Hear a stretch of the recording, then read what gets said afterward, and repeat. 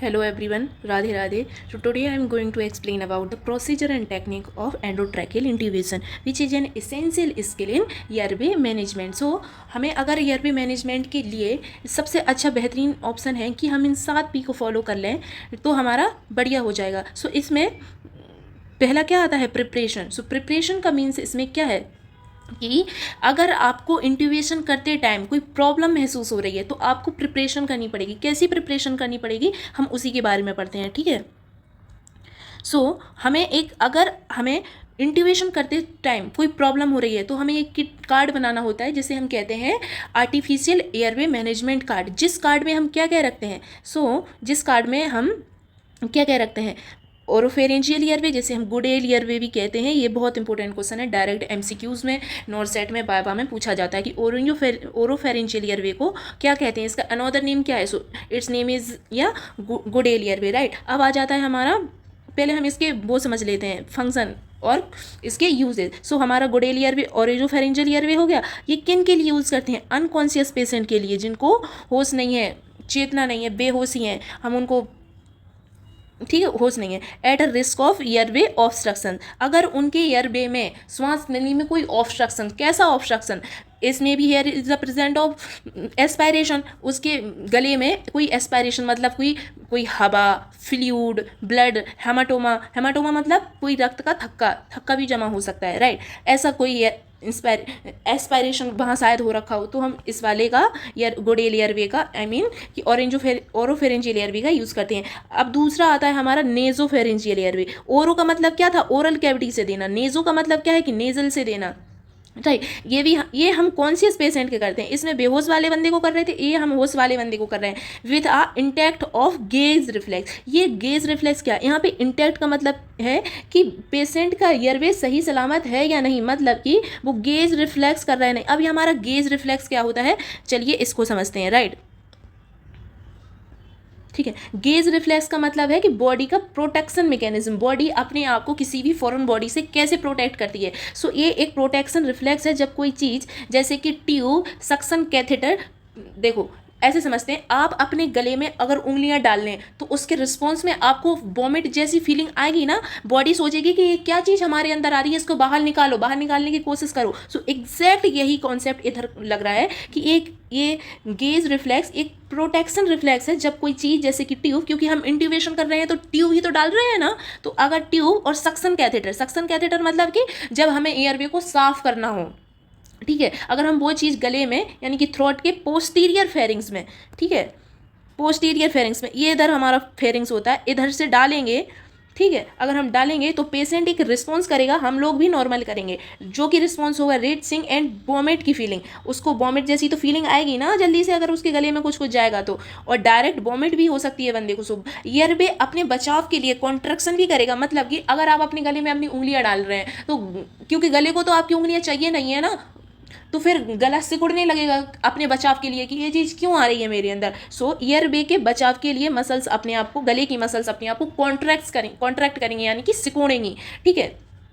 अब ये importance of intubation हम, यही चीज़ तो हमें हमारी इंट्यूबेशन में मदद करती है. अगर पेशेंट में इंपॉर्टेंस पढ़ रहे हैं हम इस इंट्यूबेशन के, अगर पेशेंट में गेज रिफ्लेक्स हो रहा है, मतलब कि हम पेशेंट के थ्रोट में कुछ डाल रहे हैं और उसके अंदर से ये वॉमिट वाली फीलिंग्स, बचाव वाली फीलिंग्स, मसल्स कॉन्ट्रैक्शन वाली चीज़ें आ रही हैं, तो मतलब कि पेशेंट का एयरवे इंटैक्ट है, मतलब कि सही सलामत है, वो रिफ्लेक्स कर रहा है, कोई अपने आप को बचा पा रहा है, सेफ है, मतलब कि, ठीक है.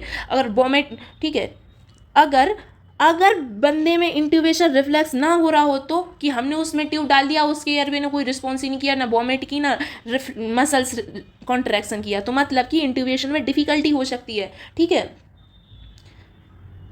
कैसे हो सकती है, क्योंकि बंदा कोमा में है, मतलब कि उसका एयरवे इंटैक्ट नहीं है, उसे पता ही नहीं चल रहा है, कोई चीज़ भी डाल दो तो फिर हो रही है गड़बड़, ठीक है. तो इंट्यूबेशन डिफिकल्ट हो सकता है, वॉमिट का रिस्क हो सकता है, एस्पायरेशन भी बढ़ सकता है. अब मान लो कि आपने अपने गले में उंगलियां डाली और ज़रूरी है उंगलियां ही गई हों, कोई और चीज़ भी तो जा सकती है, लेकिन आपके गले को पता ही नहीं चल रहा है कि भाई क्या चीज़ आ रही है, उसे बचाने का मन ही नहीं कर रहा है, गला अपने आपको बचा ही नहीं रहा है, तो मतलब कि सेफ चीज़ डाल रहे हैं तो ठीक है भाई, सेफ ही जा रही है, ना करे रिफ्लेक्स। हो सकता है कि कोई गलत चीज़ जा रही हो तब भी तो वो रिफ्लेक्स नहीं करेगा, क्योंकि उसकी रिफ्लेक्शन करने की पावर, यानी कि पावर ही खत्म है, क्योंकि वो तो कॉमा में हो सकता है फिर। सो इसलिए हम आर एस आई के तहत रैपिड सीक्वेंस इंट्यूबेशन, अगर हमें RSI क्या कहता है, अगर हमें जल्दी से बहुत जल्दी इमरजेंसी में अगर इंट्यूबेशन करना पड़े तो हम क्या करते हैं, तो हम इसलिए सेडेटिव ड्रग या मसल्स रिलैक्सेंट दिया जाता है ताकि गेज रिफ्लेक्स को सप्रेस्ड किया जा सके। क्योंकि अब देखो नॉर्मल पेशेंट है और उसको बहुत ही इमरजेंसी में हमें इंट्यूबेशन करना पड़ रहा है, तो फिर उसका गला रिफ्लेक्स भी तो करेगा कि ये ट्यूब मेरे अंदर क्यों डाल रहे हो, वो वॉमिट भी कर सकता है और वो उसकी मसल्स कॉन्ट्रैक्शन भी कर सकती हैं, जिससे एस्पायरेशन भी हो सकता है, ब्लड का क्लॉट भी जम सकता है उधर, जिसे हीमोटोमा कहते हैं, कोई फ्लूइड ईयर, कोई फॉरेन बॉडी भी जा सकती है। सो इसके क्लिनिकल यूज़ कैसे हैं, हमें ये गेज रिफ्लेक्स देख के पता कैसे चलता है आखिर कि बंदा कॉन्शियस है या अनकॉन्शियस है। सो गेज रिफ्लेक्स चेक करके हमें पता चलता है कि पेशेंट कॉन्शियस है या नहीं, पेशेंट का ईयरवे इंटैक्ट है या नहीं, मतलब ईयरवे सही सलामत है या नहीं, इसका हम कोई चीज़ डाल रहे हैं तो वो उसके रिस्पॉन्स कर रहा है या नहीं, कि ये चीज़ मेरे अंदर क्यों आ रही है, राइट। सो गेज रिफ्लेक्स से कैसे पता चलता है कि पेशेंट कॉन्शियस है नहीं, अब हम यही पढ़ रहे हैं। जब थ्रोट की पोस्टीरियर फेरिंग्स को हम जेनिटली टच करते हैं, इधर से इंपॉर्टेंट चीज़ है, जब हम थ्रोट के पोस्टीरियर फेरेंस को जेनिटली टच करेंगे ट्यूब से तो गेज रिफ्लेक्स आएगा, ठीक है। रिफ्लेक्स कौन सा आएगा, वॉमिट वाला आएगा, ठीक है, मसल्स कॉन्ट्रैक्शन वाला आएगा, तो मतलब पेशेंट कॉन्शियस है। देखो एक जिंदा आदमी के गले में आप कुछ डाल दो तो रिस्पॉन्स तो करेगा ना, तो मतलब कि आदमी जिंदा है भाई, सही सलामत है, इंटैक्ट है, राइट। और अगर आप कोमा वाले आदमी के गले में कुछ डालो तो पता ही नहीं चलेगा ना, कुछ ना बंदे को ना उसके गले को। भाई अभी तो हॉस्पिटल में है तो हम उसकी सलामती के लिए ट्यूब ही डाल रहे हैं, हो सकता है वो कहीं और हो और हम कोई और चीज़ चली जाए तब भी उसको गला बचाएगा नहीं, क्योंकि वो तो कोमा में है ना। सो अगर गेज रिफ्लेक्स एब्सेंट है तो पेशेंट अनकॉन्शियस या डीप कोमा में हो सकता है। सो ये कोमा की कंडीशन क्या होती है, इतनी गहरी नींद होती है कि आवाज़ दे लो, नाम बुला लो, तेज है भड़बड़ा दो, उसको कुछ भी कर दो, वो बंदा जगने वाला नहीं है, राइट। सो पेशेंट का ईयर भी प्रोटेक्ट नहीं, यानी कि इंटैक्ट नहीं है, तो रिस्पॉन्स नहीं आ रहा है, बंदे का गला सलामत नहीं है, पेशेंट कोमा में हो सकता है, राइट। सो अगर गेज रिफ्लेक्स प्रेजेंट है तो ट्यूब डालते ही बंदे को वॉमिट आएगी, सिक्रेशन होगा, उस वॉमिट का एस्पायरेशन से बच जाएगा बंदा, ठीक है। सो इसका मतलब है कि ईयर भी प्रोटेक्ट है। सो अगर गेज रिफ्लेक्स एब्सेंट हो तो फिर वही दिक्कत होती है कि बंदा अनकॉन्शियस है, उसकी वॉमिट वगैरह अंदर जा सकती है, उसे एस्पायरेशन की दिक्कत हो सकती है, ठीक है। हमने ये गेज रिफ्लेक्स पढ़ लिया।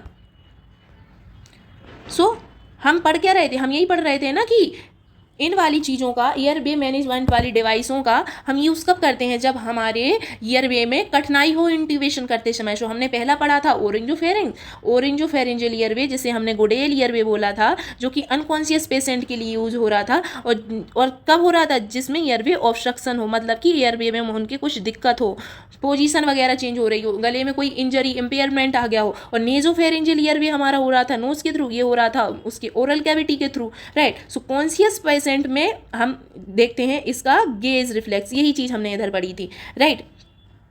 अब हमारा आता है लेरेंजियल ईयरवे मास्क, इसका यूज़ होता है अनकॉन्शियस पेशेंट में, unable to maintain an airway open airway, ठीक है। जब हमारा पेशेंट अपना ईयरवे ओपन करने में अनेबल हो, वो अपना गला ही नहीं खोल पा रहा हो, तब हम इस वाले का यूज़ करते हैं। अब आ जाता है वस्का मास्क, ये भी अनकॉन्शियस पेशेंट के करते हैं इन इलेक्टिव सर्जरी मतलब कि प्लान बना के सर्जरी कर रहे हैं। अब जैसे कि ब्रेस्ट कैंसर वाली फीमेल का प्लान बना के ही तो सर्जरी होता है ना।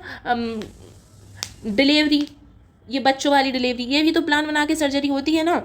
ऐसी वाली सर्जरी जो प्लान बना के कैंसर की सर्जरी होती है, जो भी जितनी भी सर्जरी होती है प्लान बना के वाली, इमरजेंसी वाली नहीं। सो LMA सुप्रीम, अनकॉन्शियस पेशेंट के लिए रिक्वायरिंग वेंटिलेशन, जब वेंटिलेशन की रिक्वायरमेंट हो, यानी कि ज़रूरत हो, तब हम ये वाला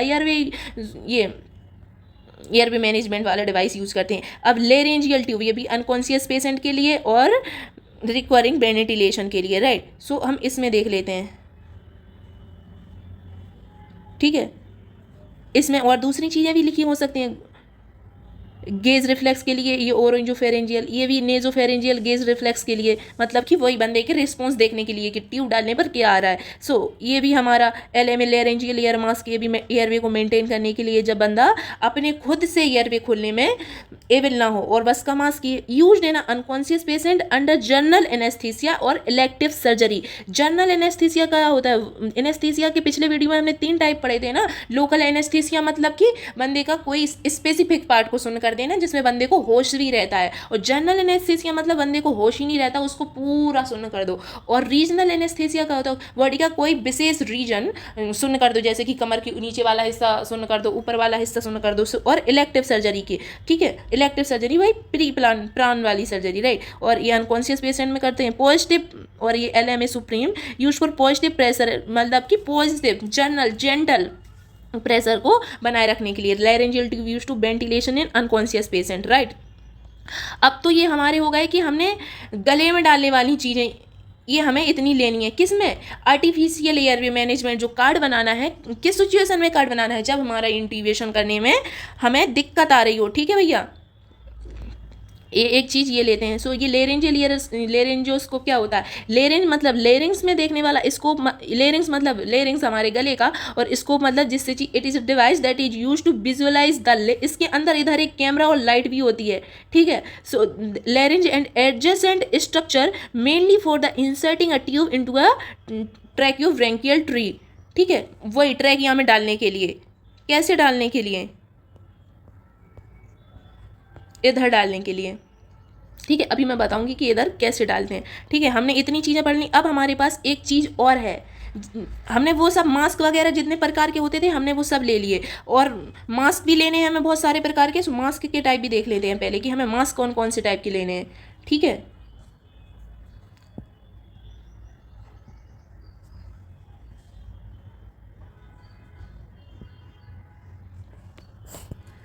डिवाइस फ्लो रेट। सो हमें नेजल कैनुला लेना है।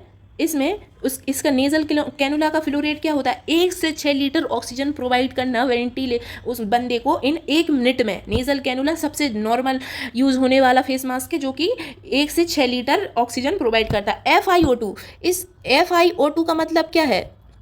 फ्रिक्शन इंस्पायर्ड ऑक्सीजन, मतलब कि इसका मतलब होता है कि जो हवा हम पेशेंट को दे रहे हैं, जो हवा हम पेशेंट को दे रहे हैं, जैसे कि 100% हवा दे रहे हैं, तो उसमें मान लो, देते नहीं है लेकिन मान लो, ठीक है, कि उसमें ऑक्सीजन की मात्रा कितनी है। जैसे कि हमारे नेजल कैनुला में 22 से 44% देने वाली हवा में उतनी 24 से 44% ऑक्सीजन रहती है, पर 4% पर लीटर, मतलब कि जितनी हम हवा दे रहे हैं उसमें ऑक्सीजन 4% पर लीटर है। उसकी प्रति लीटर, मतलब कि 2 लीटर एयर दे रहे हैं तो उसके 1 लीटर में 4% ऑक्सीजन है। Use to stable patient and mild hypoxia. Mild hypoxia मतलब कि उसे ना कम ना ज़्यादा बीच के लेवल का हाइपोक्सिया, यानी कि उसके अंदर ऑक्सीजन की कमी, ठीक है, इसलिए हम नेजल कैनुला देते हैं। सो हमारा एक ये तैयार हो गया।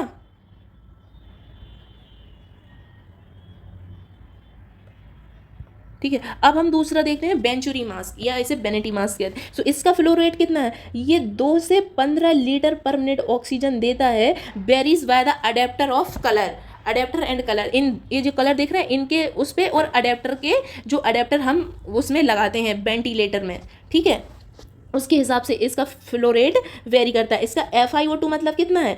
FiO2 मतलब वही कि बेनिचुरी मास्क के थ्रू कितनी हवा, जो हम हवा दे रहे हैं उसमें कितनी प्रतिशत, कितनी परसेंट ऑक्सीजन जा रही है। सो बेंटी वाले की FiO2 कितनी हो जाएगी? 24, 28, 31, 35, 60, इवन 40, 60 भी, राइट। क्योंकि हम ये बेंचुरी मास्क का भी यूज़ करते हैं। बेंचुरी मास्क करते हैं COPD का बंदा, ठीक है, COPD का बंदा हो, प्रीसियस कंस्ट्रक्शन नीडेड, मतलब कि उसको एक अप्रोप्रिएट मात्रा में कंस्ट्रक्शंस की नीड हो, राइट। अब हमारा आता है सिंपल फेस मास्क। इसका का यूज़ हम कैसे करते हैं? इसका फ्लो रेट क्या होता है? ये प्रति मिनट 5 से 10 लीटर ऑक्सीजन देगा, ठीक है। इस मस्ट भी 5 लीटर से कम। और इसका FiO2 कितना होगा? वही हमारा कि हम जो ये हवा देगा उसमें 35 से 50% ऑक्सीजन होगी सिंपल फेस मास्क में, जो कि मॉडरेट हाइपोक्सिया, माउथ और ब्रीथर्स के लिए अच्छा है, ठीक है। हम इन सबको ऐसे करते हैं, हम ऐसे वाले सब मास्क ले लेंगे, ठीक है। अब हमारा एक बहुत इंपॉर्टेंट आ जाता है जो कि है वॉगी एंड स्टिलेट। सो ये वॉगी एंड स्टिलेट्स क्या होते हैं, राइट। सो ये स्टिलेट हैं क्या, देखो स्टिलेट है हमारा ये चीज़, देखो ये कर्व कर्व जैसी थोड़ी दिख रही है, ये ज़्यादा कर्व नहीं, कम कम कर्व दिख रही है, ज़्यादा कर्व दिख रही है, राइट। सो अब हमें देखना है कि ये चीज़ क्या है, इनकी यूज कैसे क्या होते हैं। स्टिलेट एक मेटल का डिवाइस है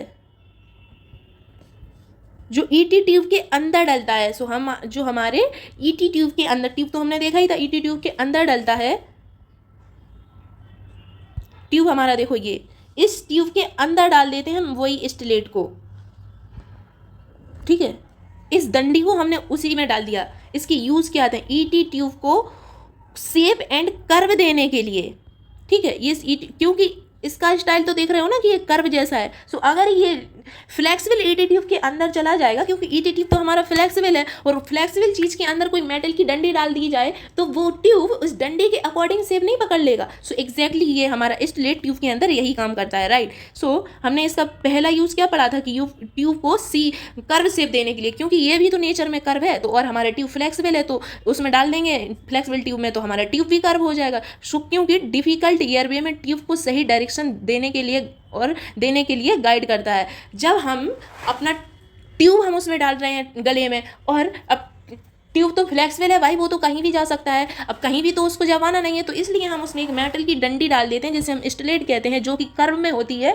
तो इसलिए हमारा ट्यूब भी कर्व से पकड़ लेता है, और सो ये ट्यूब जैसे गाइड करता है ट्यूब को कि किस डायरेक्शन में जाना है। अब वो वही शेप बन गई है ट्यूब की कर्व्ड वाली, और कर्व्ड ही तो हमारा गला है, तो जैसे ही कर्व गले पे हमारा ये कर्व्ड ट्यूब जल जाएगा तो हमारा ट्यूब आसानी से ट्रैकिया तक चला जाएगा। नोट, गाइड इसलिए क्योंकि कर्व शेप को, देखो वही चीज़ आ गई, ट्यूब ये जो स्टिलेट ट्यूब को कर्व्ड शेप प्रोवाइड कर रही है, ठीक है। अब दूसरा इंट्यूबेशन आसान बनाती है, it's provide a shape and rigidity, मतलब कि ट्यूब हमारा सॉफ्ट था और ट्यूब तो हमारी ये डंडी स्टिलेट तो हमारी मेटल की है, तो इसने थोड़ा रिजिडिटी रिजिडिटी मतलब कठोरता, हार्डनेस प्रदान कर दी है ट्यूब को, जो कि इंट्यूबेशन को आसान बना देगी, राइट। सो अब हमने ये स्टिलेट पढ़ लिया, ये स्टिलेट चीज़ पढ़ी। स्टिलेट के ये दो प्रकार हैं, इन दो प्रकार के अलग अलग काम हैं, इनको भी पढ़ेंगे, ठीक है। अब हम ये वोगी वाला चीज़ पढ़ लेते हैं, वोगी वाला चीज़ क्या है। सो राइट, ये वोगी एक, देखो स्टिलेट थी हमारी, स्टिलेट से ऐसे समझ लो कि स्टिलेट मतलब कि स्टील मतलब, यानी मैं देखिए ये स्टील की तो नहीं होती होगी, लेकिन आप स्टिलेट स्टील मेटल ऐसे अंदाजा लगा लो, ट्रिक बना लो, राइट। सो वोगी it is a elastic tube, वो हमारी स्टिलेट हमारी मेटल की होती थी, ये हमारी इलास्टिक की होती है। सो ये फ्लेक्सिबल रॉड होती है जो कि ईटी ट्यूब के अंदर डाली जाती है। इसका यूज़ क्या है, जब वोकल कॉर्ड क्लियर ना दिखाई दे तो डिफ़िकल्ट हो जाएगा हमारा इंट्यूबेशन, तो फिर उसके ऊपर से ईटी ट्यूब डाली जाती है। इसका यूज़ होता है जब हमारी वोकल कॉर्ड ना दिखाई दे, तो फिर ये गाइड करता है कि इधर आइए, इधर है वोकल कॉर्ड। ये कैसे करता है, सो ये क्योंकि ये फ्लेक्सिबल इलास्टिक की रोड है जो कि ईटी ट्यूब के पहले डाली जाती है, मतलब कि ये कैसे बताता है कि इधर है ये वोकल कॉर्ड। हम ईटी ट्यूब बाद में डालते हैं, पहले इसी को वोगी इलास्टिक रॉड को डाल देते हैं, जो कि क्योंकि ये पहले चली गई, अब ये बाद में ट्यूब आ रही है, तो ट्यूब से कहेगी कि भाई मैं इधर तक हूँ, आ जा तू भी इधर ही, ऐसे करके, ठीक है। जो कि ईटी ट्यूब के पहले डाली जाती है। यूज़ वोकल कॉर्ड क्लियर, जब हमारी वोकल कॉर्ड क्लियर ना दिखाई दे, डिफिकल्टी हो इंट्यूबेशन में, तो फिर उसके ऊपर ईटी ट्यूब डालते हैं। नोट, क्लिक की फीलिंग क्या होती है, जब वोगी को ट्रैकिया में डालते हैं तो उसके किसका, वोगी का टिप, ये वोगी का टिप, ये चीज,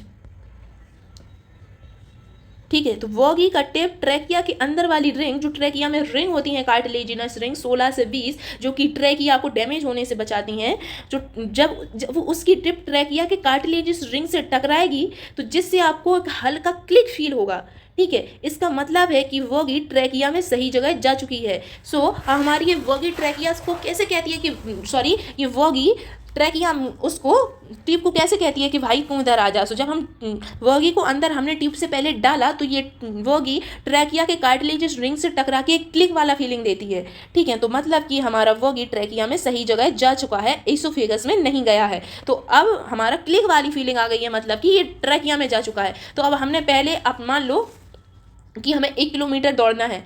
अब एक तो हमने पहले दौड़ना बाद में है, पहले हमने क्या किया, जैसे कि मैराथन होती है तो जहाँ एंड होती है वहाँ एक रेड कलर की वो पट्टी नहीं बंधी रहती है कि आपको इधर तक दौड़ना है, जब वो पट्टी आ गई मतलब आप अपनी रेस बंद कर दो। ऐसा ही सेम इधर है कि आप ट्यूब डालना है बाद में, पहले आप अपना कोई संकेत रख दो उधर कि हमें इधर तक डालना है, ठीक है। जैसे उधर का लाल वाला वो बना देते हैं कि तुम्हें इधर तक दौड़ना है, ऐसे ही इसमें हमने एक वॉगी इलास्टिक रॉड डाल दी कि हमारी ट्यूब अब इधर तक ही आनी है। इसका मतलब होता है कि ट्यूब इधर तक ही सही, ये वॉगी सही जगह चली गई है, ईसोफेगस में नहीं गई है, मामला सेफ है और क्लिक की फीलिंग आएगी इसके लिए। अब एक आती है होल्ड अप की फीलिंग। होल्ड अप की फीलिंग क्या होती है कि जब वॉगी को थोड़ा और अंदर डालते हैं, ठीक है, पुश करते हैं, तो वोकल कॉर्ड से एक ऐसा पॉइंट, वोकल कॉर्ड के बाद एक ऐसा पॉइंट आता है जिसके आगे इटिट्यूब नहीं जा सकता। इसके एनाटमी भी हम पढ़ेंगे, जो कि एक रेजिस्टेंस की फीलिंग होती है। रेजिस्टेंस यानी कि रुकावट की फीलिंग होती है। इसका मतलब है कि अब वॉगी ट्रैकिया के एंड पर देखो,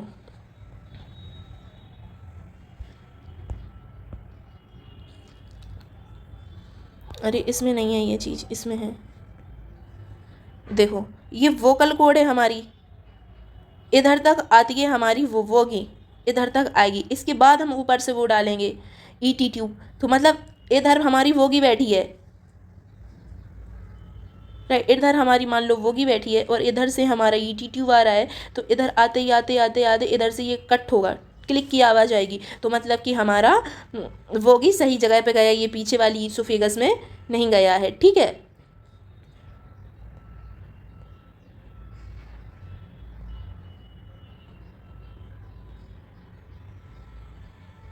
होल्ड अप की फीलिंग पढ़ रहे थे ना हम, होल्ड अप की फीलिंग आती है। होल्ड अप की फीलिंग क्या होती है कि अब आपकी ट्यूब इस ट्रैकिया से आगे नहीं जा सकती। होल्ड अप की फीलिंग कहती है कि अब आपकी ट्यूब इस ट्रैकिया से इधर से आगे नहीं जा सकती। होल्ड अप यानी कि रेजिस्टेंस की फीलिंग आएगी कि अगर आपने ट्यूब और डाली तो फिर ब्रोंकाइस में ट्यूब घुस जाएगी, जो कि गड़बड़ का मामला हो जाएगा। होल्ड अप फीलिंग बहुत अच्छा इंडिकेशन है कि भाई अब आप ट्यूब को और अंदर नहीं डालो, नहीं तो ये ब्रोंकीज में चली जाएगी, राइट।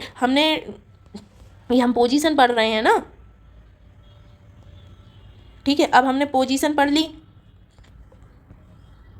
एक पी हमने कंप्लीट कर लिया। अब हमें पढ़ने हैं कि स्टिलेट के टाइप क्या होते हैं। इन चीज़ों, ये स्टिलेट दो टाइप के हैं, जो कि स्टिलेट क्या थे, एक मेटल के डिवाइस थे जो कि हमारे ट्यूब के अंदर डले थे। किस लिए डले थे? ट्यूब को शेप, कर्व शेप देने के लिए। सो क्योंकि अब हमारा तो हर एक बंदे के हिसाब से हमारा उसके गर्दन की अनाटमी अलग हो सकती है, ठीक है ना। अगर उसकी गर्दन छोटी होगी, सो देखिए हम इधर पढ़ रहे हैं, सो देखो अगर बंदे की गर्दन छोटी होगी तो मतलब कि बंदे का गला भी छोटा होगा। तो फिर हम कैसे अडल्ट के मुंह में लगाकर ईटी ट्यूब को 21 से 20 सेंटीमीटर तक मापते हैं, और फीमेल में हम 22 से 23 सेंटीमीटर के मापते हैं। तो मतलब कि अगर बंदे के गला छोटा होगा तो मतलब उसकी गर्दन भी छोटी होगी, तो उसी हिसाब से हमें ट्यूब और स्लेट का यूज़ करना पड़ेगा ना। सो इसलिए हम इनके स्लेट के ये टाइप पढ़ने बहुत ज़रूरी हैं। So type of ET tube में डालने वाले स्लेट, सो ये स्ट्रेट या हल्के कर्ड होते हैं। सो देख रहे हैं, ये थोड़ा सा स्ट्रेट है और ये थोड़ा सा हल्का कर्ड है, नहीं है। सो ये थोड़े से स्ट्रेट और हल्के कर्ड होते हैं। इनका यूज़ होता है नॉर्मल इंट्यूबेशन को नॉर्मल बनाने के लिए, मतलब कि आपके oral access, pharyngeal access and laryngopharyngeal way को, इनके एक्सेस को अलाइन यानी कि सीध बनाने के लिए। अब चीज़ डालने हैं तो कर्व में टेढ़ी मेढ़ी थोड़ी ना डालने हैं, हम सीध में ही तो डालने हैं ना। कर्व तो हम इसलिए बना रहे हैं ताकि वो सीध बन जाए, क्योंकि सीधा पाइप जैसा थोड़ी ना है हमारा यार, वहाँ पे तो मांस के बहुत सारी ऑर्गन्स है, छोटी सी जगह है और उसी में बहुत सारे ऑर्गन्स भरे पड़े हुए हैं, तो बड़े आराम से डालना पड़ता है। एक्सेस यानी कि उसकी छोर पे अलाइन करना, यानी कि सीध बनाना, ओरल की, फेरेंजियल की और लेरिंग्स की, राइट। ईटी ट्यूब को बेसिक शेप देने के लिए रूटीन केस में सबसे ज़्यादा यूज़ होते हैं हमारे ये स्टिलेट, राइट। अब इसकी हाइपर एंगुलेटेड स्टिलेट, ये वाला पहले वाला भैया, ये इसका यूज़ क्या होता है हम ये पढ़ रहे हैं, ठीक है। ये ज़्यादा कर्व्ड है, जे शेप्ड का होता है। यूज इसके क्या होता है, ये यूज होता है डिफ़िकल्ट एयरवे में लेरिंग्स को विजुलाइज देखना हो अगर, तब, ठीक है। ये चीज़ें हो गई हमारी। अब हमारा आता है एक मेलेबल स्टिलेट, मतलब कि मेलेबल वर्ड से हम क्या समझ रहे हैं कि इसकी मेविएबिलिटी हो रही है, मतलब कि इसको हम जैसे आकार में ढाल रहे हैं। ये इलास्टिक का बैंड है जो कि फ्लेक्सिबल मेटल का बना होता है। फंक्शन इसका क्या है कि पेशेंट के एयरवे के हिसाब से ट्यूब को शेप देना, कस्टमाइज यानी कि गले के अनुसार करना, डिफरेंट सिचुएशन में गले को एडजस्ट करने के लिए। और रिजिड का मतलब है कठोरता। सो इसका हार्ड एंड फिक्स्ड शेप होता है। यूज इसका कब होता है? जब ज़्यादा सपोर्ट चाहिए हो intubation, during the intubation trachea तक पहुँचने के लिए जब हमें ज़्यादा सपोर्ट चाहिए हो तो फिर हम इस वाले स्टिलेट का यूज करते हैं। सो इस स्टिलेट की ट्रिक क्या है? देखो हमारे पास 4 प्रकार के स्टिलेट होते हैं ट्यूब को शेप देने के लिए। सो स्टैंडर्ड स्टिलेट जब हमें नॉर्मल शेप देनी हो ट्यूब को, हाइपर वाला स्टिलेट जब हमारा डिफ़िकल्ट ईयर हो तब हम ये वाला ट्यूब यूज़ करते हैं हमारे ट्यूब को शेप देने के लिए, राइट। अगर हमारा मीएवेबल स्टिलेट हम कब यूज़ करते हैं? जब हमें अपने कस्टमर के मतलब कि क्लाइंट के कस्टमाइज शेप, गले के अनुसार हमें ट्यूब का शेप बनाना हो तब हम यूज़ करते हैं। और रिजिड मतलब कि वही कठोरता प्रदान करना, जब पेशेंट का गला बहुत कॉम्प्लिकेटेड हो रखा हो और हमें इंट्यूबेशन की समय बहुत कठिनाई हो रही हो तब हम इसका यूज़ करते हैं। सो हमने प्रिपरेशन तो पढ़ ली है सारी की सारी। अब देखो 7P में हमने प्रिपरेशन समझ ली। अब हमारे पास आती है प्री ऑक्सीजनेशन। प्री ऑक्सीजनेशन का मतलब हम क्या समझ रहे हैं? प्री ऑक्सीजनेशन का मतलब है कि बिफोर स्टार्टिंग द प्रोसीजर, ठीक है, before starting the procedure we have to give the 100% oxygen of patient for patient. Pre oxygenation में हमें 3 से 5 मिनट हमें 100% ऑक्सीजन देनी होती है पेशेंट को। 3 से 5 minute 100% oxygen. This had to increase oxygen reserve and prevent hypoxia during the procedure. ये क्या, इसके 2 काम होते हैं। ये नाइट्रोजन, एक तो ये नाइट्रोजन को वॉश आउट करेगा और दूसरा हमारे एयरवे में नाइट्रोजन को वॉश आउट करेगा, एक्सेसिव नाइट्रोजन को एक्सक्रीट करेगा और ऑक्सीजन के रिजर्व को बढ़ाएगा, ठीक है। अब हमारे पास आता है प्री ट्रीटमेंट। हमने पढ़ ही लिया था कि वही सेडेटिव और एनेस्थीसिया ड्रग देते हैं ताकि हमारे पेशेंट का गेज रिफ्लेक्स रैपिडली ना हो। और पैरालिसिस विद इंडक्शन, इसका मतलब भी वही होता है कि बंदे को पैरालाइज कर देना इतना कि, और इंडक्शन मतलब वही होता है कि प्रोसीजर करने से पहले हम उसको कौन से ड्रग दे रहे हैं, ठीक है। वही सेडेटिव और एनेस्थीसिया इसमें भी आ जाता है। अब हमारे पास आता है पोजीशनिंग। बंदे की पोजीशनिंग कैसी रखनी है हमें इंट्यूबेशन करते समय, ठीक है। सो अब ये भी बहुत इंपॉर्टेंट चीज़ है हमारी, दैट इज अ पोजीशन। लेकिन उससे पहले हम प्लेसमेंट पढ़ रहे हैं ना, तो हम प्लेसमेंट एक बहुत इंपॉर्टेंट क्लिनिकल कॉन्सेप्ट भी क्लियर कर लेते हैं पहले, फिर हम पोजीशन पे जाएंगे। किसका? प्लेसमेंट का, ठीक है। तो चलिए स्टार्ट करते हैं हम इसको भी। ईटी ट्यूब एक्सरे में कैरिना से ऊपर होना चाहिए। इसका मतलब क्या है? कैरिना ट्रैकिया का वो पॉइंट है जहाँ trachea left and right side में बढ़ जा रही थी, ठीक है। ये रहा हमारा इधर कैरिना, जहाँ हमारा ट्रैकिया 2 तरीकों में, 2 डिवाइड्स में बढ़ जा रहा है, ठीक है भैया। मतलब कि जब हम ट्यूब डालेंगे तो वो ट्रैकिया से 2-3 सेंटीमीटर ऊपर ही होना चाहिए। अगर ट्यूब बहुत नीचे चला गया है तो, क्योंकि नीचे चला गया तो फिर तो हमारे वहाँ पे 2 पार्ट आ रहे थे, ये ट्रैकिया, इधर से ये 2 पार्ट आ रहे थे ब्रोंकाइस के, और ये हमारा कैरिना था। सो अगर हम इधर से ऐसे ट्यूब डाल रहे हैं तो इधर पर ही रुक जाओ। अगर इधर चला गया तो फिर इनमें चला जाएगा इधर ही, तो हमारी वो होल्ड अप की फीलिंग आ रही थी कि अब ट्यूब अंदर और मत डालो, ठीक है। सिर्फ राइट लंग्स वेंटिलेशन होगा। क्या होगा अगर कैरिना रिजल्ट, अगर ट्यूब बहुत नीचे चला गया है, कैरिना के नीचे चला गया है तो राइट ब्रोंकस में चला जाएगा, जिससे हमारा राइट ब्रोंकस यानी कि मान लो इधर चला जाएगा तो फिर यही अकेला लंग्स हमारा वेंटिलेट होगा। तो फिर लेफ्ट लंग के कोलैप्स यानी कि एटलेस्टिक्स के, मतलब कि हमारा जब लेफ्ट लंग्स में हमारे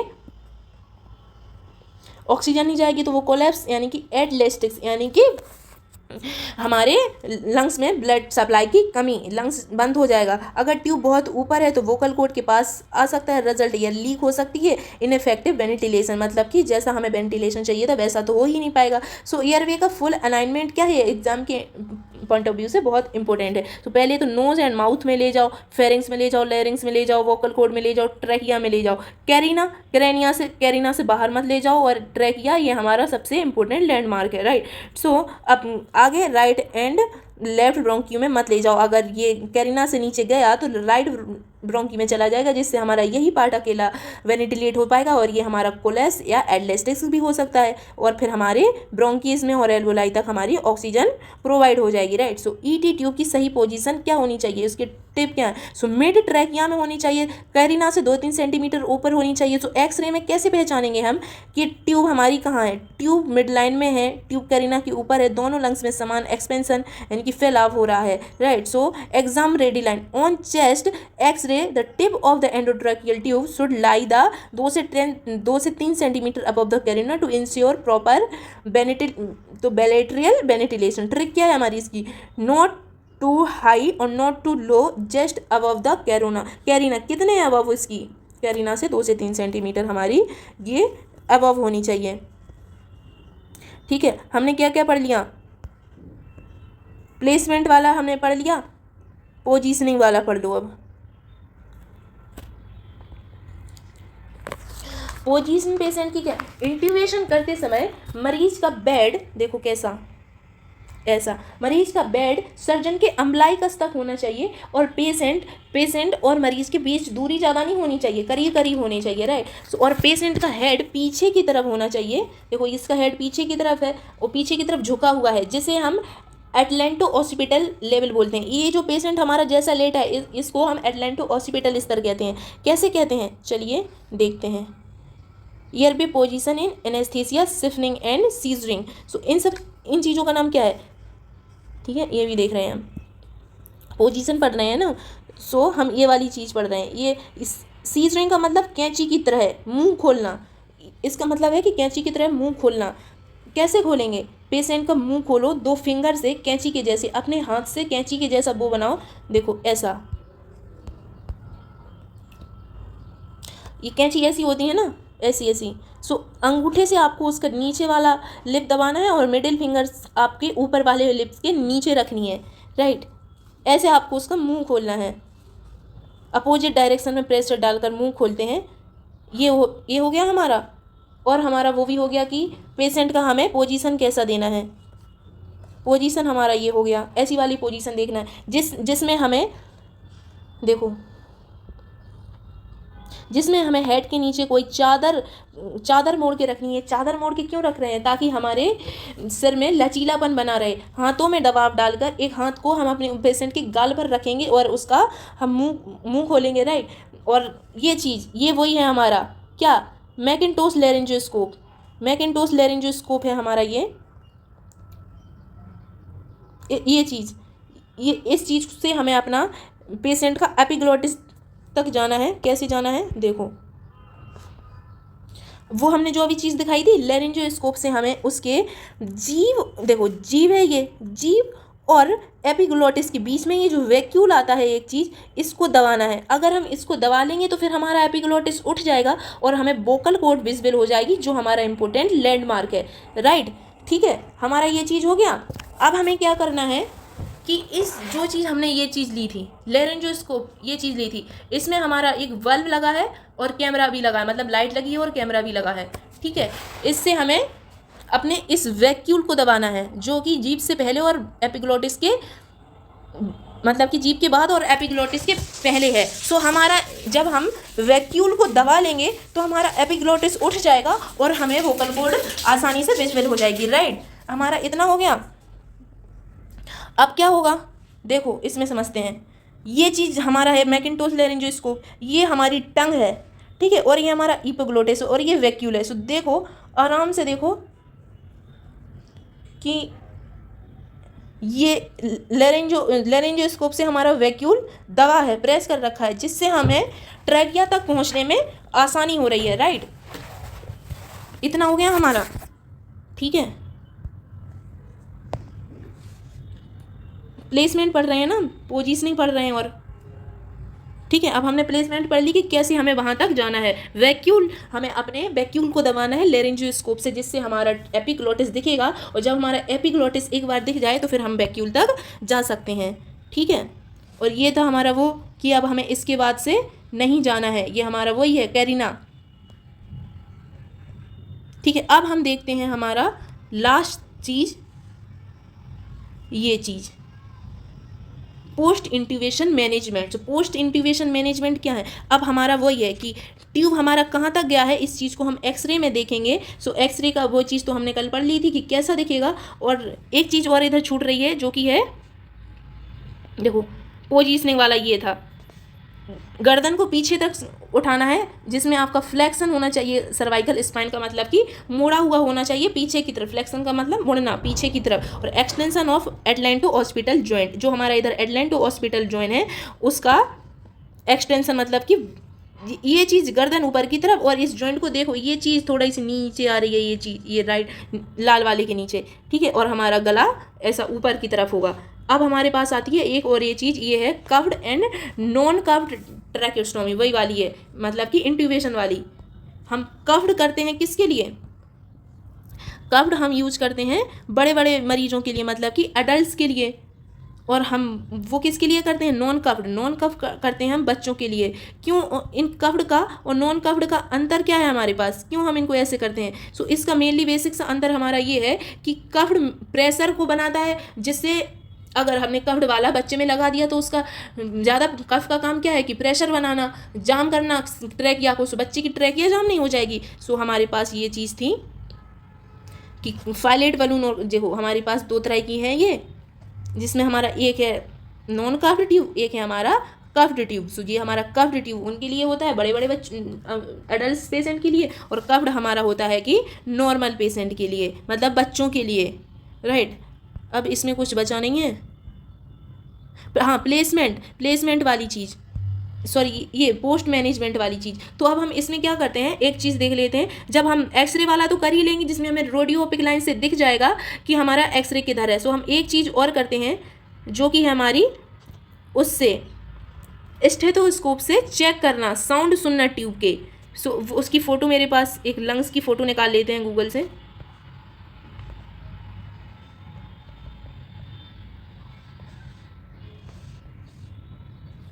मान लो हमने ये लंग्स की फ़ोटो निकाली, इसमें हम 5 चेक करते हैं, पाँच चेक करते हैं, जिसमें क्या होता है कि 5 चेक कैसे, दो एपेक्स पे लगाते हैं तो इसको आवाज़ सुनने के लिए, 2 वेस पे लगाते हैं, और एक हमारा इधर लगाते हैं, जिससे हमें पता चल जाता है कि हमारा जो हमने एंट्रोट्रैकियल ट्यूब डाला है वो सही से नहीं गया। सो कैसे, जब हम उसे वो दे रहे होंगे क्या, जब हम उसे एम्बू बैग से हवा दे रहे होंगे, जब हम पेशेंट के ऊपर मास्क लगा के एम्बू बैग से उसे हवा दे रहे होंगे, कैसे, एक फ़ोटो था, चलो इधर ही देख लेते हैं। इंट्यूबेशन, अरे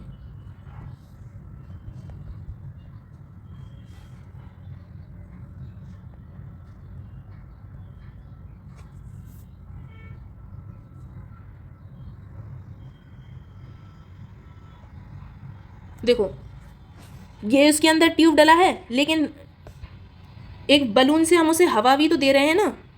ये चीज़ देखो, ये जो नीला नीला बलून दिख रहा है, इससे हम हवा दे रहे हैं। सो जब हम ये बलून उसको दबाएंगे तो फिर क्या होगा, वही चीज़ देखनी है हमें। जब हम ट्यूब को दबाएंगे, राइट, तो हम 5 चीज़ें यूज करेंगे, देखेंगे अपने लंग्स में। जैसे ही हमने उस ट्यूब को दबाया वेंटिलेशन करते समय, तो फिर हम एपेक्स में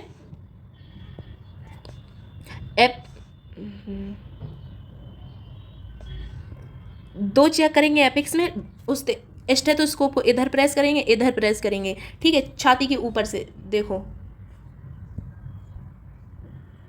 देखो ये जिंदा अंकल जी के ऊपर से दिख रहे हैं। तो मान लो ये इनकी चेस्ट है, तो अब हमें 5 जगह स्टेथोस्कोप प्रेस करना है, एपेक्स में 2 जगह, बेस में 2 जगह, और इधर। सो अगर हमारा ट्यूब गया होगा तो हमें लंग्स इधर से फूले फूले महसूस गए होंगे, अच्छी जगह गया होगा, सेफ होगा, ईसोफेगस में नहीं गया होगा, और हमारा पूरा प्रॉपर वेंटिलेशन हो रहा होगा, तो फिर हमारे लंग्स इधर से फूलेंगे, ठीक है। हमारा हो गया इंट्यूबेशन का एग्जैक्ट प्रोसीजर एंड टेक्निक। और हमारा एक मैनेजमेंट और है इसमें, proper SpO2 and proper vital sign check करना। So thank you for watching. अब अगर मैंने कुछ छोटा हो इसमें तो फिर वो भी बता देना मुझे, अगर कुछ गलत भी पढ़ाया होगा ना तो प्लीज़ मुझे भी समझा देना अगर मैंने कुछ गलती की हो ऐसे तो। And thank you for watching, मिलते हैं अगली वीडियो में। Okay, bye bye.